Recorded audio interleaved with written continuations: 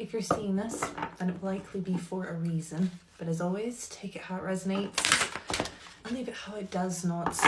And yes, this is my only counter note. I'll never reach out to you first. There's no my love today.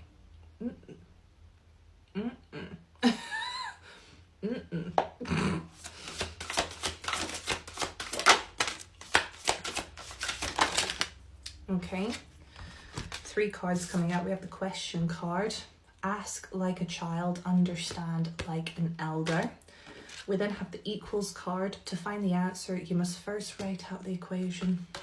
We're seeing a bit of a theme here, okay? And then we have the done card. You're not engaging with life to the fullest. So the question equals done. The question equals completion. The answer that you're looking for looks in you finally and firstly yet finally writing out the equation. It's like in maths, that little bugbear, okay? You've got to write out the equation to be able to understand and complete and finalize the answer.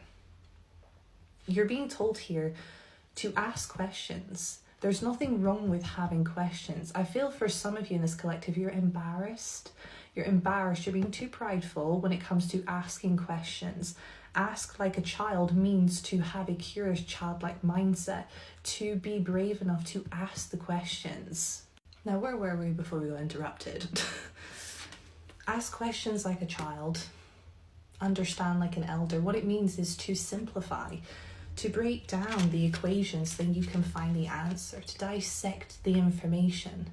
But to get the information, you need to ask questions.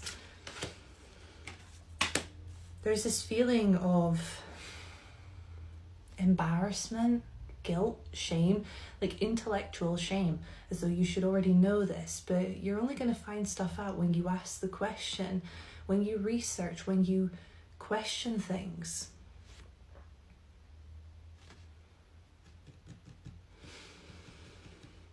And you're not engaging with life to the fullest. You know, I'm hearing like Groundhog Day, like perhaps you're feeling like every day is the same. Like you're aware that you're not living life to the fullest, or that you're not achieving the fullest that you know that you can. Because there's something here about simplifying the equation. And the equation here is metaphorical for your life. It doesn't feel like your life is messy. It may be on paper. It may feel messy, but it really doesn't feel like it. It feels like it's just made up of a lot of different parameters and a lot of different factors that you just haven't quite got into a smooth flow or into a simplified equation. And there's something here that you're trying to work out. You're trying to work out what isn't working. Things in your life are just not registering. They're not manifesting. They're not aligning. They're not resonating in the way that they used to. And so you're being encouraged here to ask the question, why? Why doesn't this resonate? Because I feel that part of you is afraid to ask the question because you're afraid to find out the answer. Because you're afraid then that may mean that certain things need to be finished. Certain things need to be concluded. But you're being encouraged here to ask the questions, to research, to write out the equation. To ensure that you are engaging with your life to the fullest. You're not inept from experiencing joy. You're not void of happiness. You're not incapable of experiencing your desires. It's about prioritization. It's about time management. It's about not neglecting things. And so you need to look at the equation of your life. Career plus relationships equals this amount of time each week. My studies plus the gym equals this amount of time each week. Or perhaps you're deducting things from this equation. Perhaps you're minusing things. You're going, actually, I don't have as much time to dedicate to the gym, or I don't have as much time to dedicate to a romantic relationship right now. And so I'm going to deduct myself from dating apps or from going out and meeting people because I don't want to lead people astray.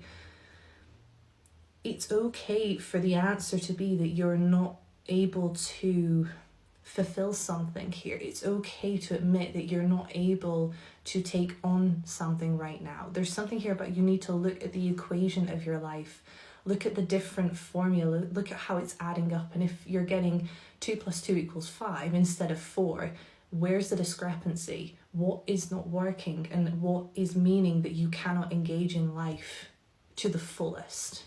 Okay? It's like I'm seeing someone on a spreadsheet and it just keeps coming up with like a discrepancy at the bottom.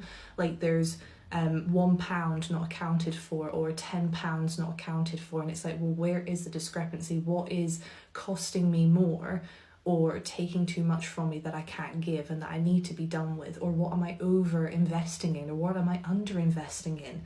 Look at the equation of your life to work out the answer. And do that by stop being afraid to ask questions.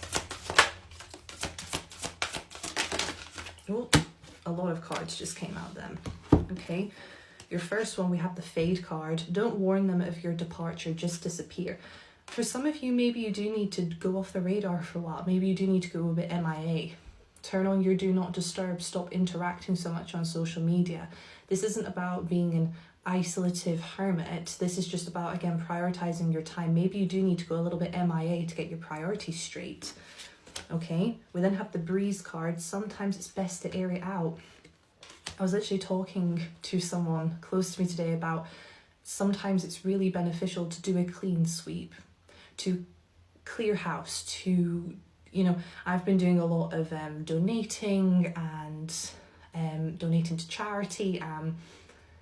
It's like a clean sweep. Whatever is going on in your life right now, where you're just waking up every day and something's bugging you, you're not able to give as much time to things, or you're feeling like you're constantly chasing your tail and that you have too many plates to spin, air it out. Take yourself off the radar, off the map for a while, and really ask yourself, what is a priority?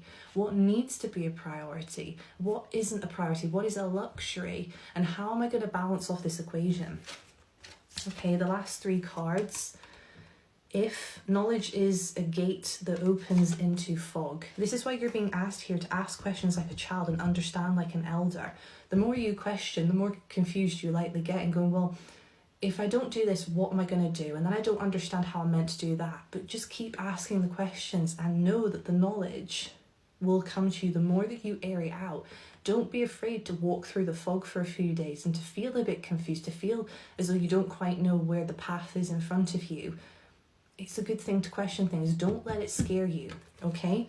And then drag. Time isn't healing you, it's watching you heal yourself.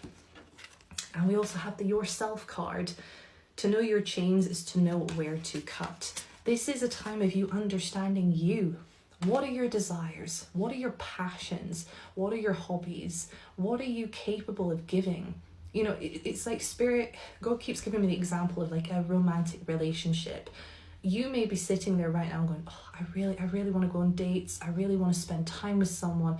Do you have the emotional capacity for that right now? Do you have the presence of mind and of heart to actually be present in someone's life and build a relationship? If the answer is no, don't do it. Okay? You owe that to yourself, but also to other people. It isn't time that heals you. It's time watching you heal yourself. And what you're being called right now is to identify your chains, identify what your limitations are. We all have them, and not all of them are meant to be broken out of. Okay, sometimes it's about learning how to live with those limitations, such as with our health, with our well-being, okay? But it's also about understanding where to cut, where you need to cut ties, where you need to pull back your attention and your investment from. Where are those equational discrepancies that are popping up? And just go off the map for a little bit. Stop over committing yourself to different things, which is taking your attention away from fixing this. The equation of your life needs to be, you know, energetically and mathematically looked at, looking at the different equational values. Your time, your money, your energy, your limitations, your presence of mind, your emotional capacity, your relationships, your career, and what it all sums up as to being, and whether some things need to be added, deducted, or revised in full. Ask the questions. Don't be afraid of the answer, because what this is going to guide you is to a deeper awareness of what your path should be.